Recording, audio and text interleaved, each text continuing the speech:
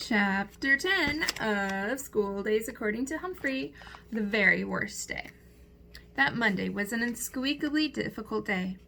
More difficult than any day we had had last year in room 26. First, Thomas said that he'd seen a wolf while he was walking to school, but Miss Brisbane got him to admit that it might have just been a big dog. Miss Brisbane reminded him not to exaggerate. Worse yet, Phoebe had forgotten her spelling homework and burst into tears, which made me feel sad. Next, Mrs. Brisbane asked Paul to come up to the board for some math problems, and both Small Paul and Tall Paul jumped out of their seats. When they got up to the board at the same time, they glared at each other. The other students laughed. "Sorry, guys, I meant Paul G," Miss Brisbane explained. Tall Paul turned red, and Small Paul scowled as he returned to his seat. Small Paul liked to do math problems in front of the class. Tall Paul got the problem wrong and turned an even deeper shade of red. As if that wasn't bad enough, Kelsey skinned her knee at recess and had to go to the nurse's office. Then Mrs. Brisbane had an excellent idea, as she often does. She decided to put me in my ball and let me roll up and down the aisles. She probably wanted to get her students' mind off of their problems. It would have been very interesting if all the humans could get a hamster's eye view of their world at least once. If they did, they probably would clean their shoes more often. They really are unsqueakably awful things stuck to the bottoms of their shoes. Humans should pay more attention to their socks, too. On that day, both Thomas and Kelsey had mismatched socks on. They'd also realize how much that they tap their feet and move around in general, even when they think they're sitting still. As I spin around the classroom, I'm always glad I have a ball to protect me. Despite the dangers, I keep rolling around lazily. The students were reading to themselves, and after a while, didn't even seem to notice me. As I approached Rolling Rosie's table, I decided it would be interesting to get a closer look at her wheelchair. I still hadn't figured out exactly how she would pop a wheelie. Rosie saw me coming closer, and her eyes sparkled. "Hi, Humphrey," she whispered. But when I got a little closer, Holly let out a yelp and grabbed my hamster ball, picking it up so quickly I was doing somersaults inside. "Eek!" I squeaked. "What is it, Holly?" the teacher asked.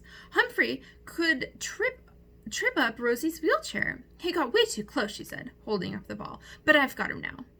"He wasn't too close," Rosie protested. "I saw him there." "I think it's dangerous," Holly said. "The way you picked him up is dangerous," Rosie replied. "You could have hurt poor little Humphrey." I didn't like to think of myself as poor little anything, but she was right. I wasn't hurt, but I was definitely dizzy. "You must remember to be gentle with Humphrey," Miss Brisbane said, as she took the ball from Holly. She peered through the yellow plastic. "Are you all right?" I squeaked, though it was a weaker squeak than usual. Mrs. Brisbane put me back in my cage, satisfied that I was okay. I headed straight for my sleeping hut, which was the safest, quietest place I knew. I crawled out a little while later when I heard Rolling Rosie ask if she could speak to Mrs. Brisbane. The room was empty because it was lunchtime. "You didn't pop a wheelie again, did you, Rosie?" the teacher asked. "No," Rosie answered. "It's about my assistant." "Holly?" Miss Brisbane said. "Why don't you tell me what's on your mind?" Rosie wheeled up close to the desk, and she and Miss Brisbane talked. Og and I were as silent as could be so that we could hear every word they said. "I don't think I need an assistant," she explained. "I can do almost everything myself, so could you tell Holly not to help me anymore?" Miss Brisbane was silent for a moment. "I could," she said, finally, "but do you really want me to?" "Yes," Rosie answered. "I know Holly wants to help, but she helps way too much. She helps me when there's no problem at all. Sometimes she gets in the way." "Have you told her that?" Miss Brisbane asked. Rolling Rosie nodded. "I said she didn't need to help so much. It didn't work." Again, Mrs. Brisbane was silent for a while. "I can see you don't need much help, Rosie, but maybe Holly does," she finally said. "Holly?" Rosie sounded really surprised. She likes to help, Miss Brisbane explained. I think she'd be pretty upset if you said that you didn't need her anymore. Maybe she could help someone else, Rosie suggested. Let's give her one more chance, Rosie, Miss Brisbane said. I'll have a word with her and see if things improve, okay? Good old Mrs. Brisbane. She really knew how to handle students. Now, we'd better eat. I'm going down to the lunchroom too, she said. As they headed out of the room, I couldn't wait to talk to Og. Were you listening, Og? I asked my neighbor. Helpful Holly will be upset if she gets fired. I knew that because I'd be unsqueakably upset if I got fired from my job as being the classroom hamster. Boing, boing, boing, Og agreed, splashing in his water. I thought the day would never end, but at last the afternoon bell rang. As the students gathered up their backpacks, Mrs. Brisbane took a sheet of orange paper and approached Phoebe. Phoebe, I have an idea to help you remember your homework, she said. Each day, we'll put a big, colorful reminder in your backpack so you won't miss it. What do you think? Okay, Phoebe said. I've written your homework assignment on it. All you have to do is remember to bring it back, Miss Brisbane continued. Phoebe nodded. I will, she promised. You can do it, Phoebe, I squeaked. Then I hopped on my wheel and started spinning as fast as I could. I think she was smiling when she left the room. The day took a turn for the better after school when some of my old friends from last year came to room 26. There was Raise Your Hand Heidi Hopper and her best friend, Stop Giggling Gail, along with Repeat It Please Richie.